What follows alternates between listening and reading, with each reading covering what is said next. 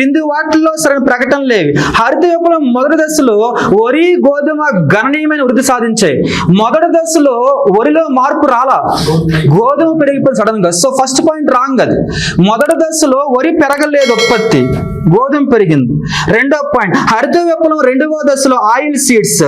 Okay, 1980వ దశకంలో oil seeds development కోసం ఇండియన్ గవర్నమెంట్ ఏ ప్రోగ్రామ్ తీసుకొచ్చింది?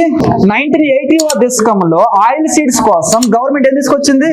National oil seeds technology mission 1985 తీసుకొచ్చింది. సో దానివల్ల పెరిగింది.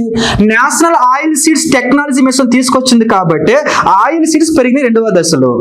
నెక్స్ట్ పాయింట్కి వస్తున్నాం, మూడవది. ఓకే, పప్పు ధాన్యాల ఉత్పత్తి మరియు ఉత్పాదకత హరిత విప్లవ ప్రారంభ కాలంలో రుణాత్మక. స్టార్టింగ్ పల్సెస్ ఎలా ఉన్నాయి? రుణాత్మక. ఇప్పుడు పెరుగుతున్నాయి, ఎందుకంటే మెట్ట ప్రాంత వ్యవసాయానికి ప్రోత్సహిస్తున్నారు కాబట్టి పెరుగుతుంది ఇప్పుడు. సో మూడో పాయింట్ రైట్, రెండో పాయింట్ రైట్.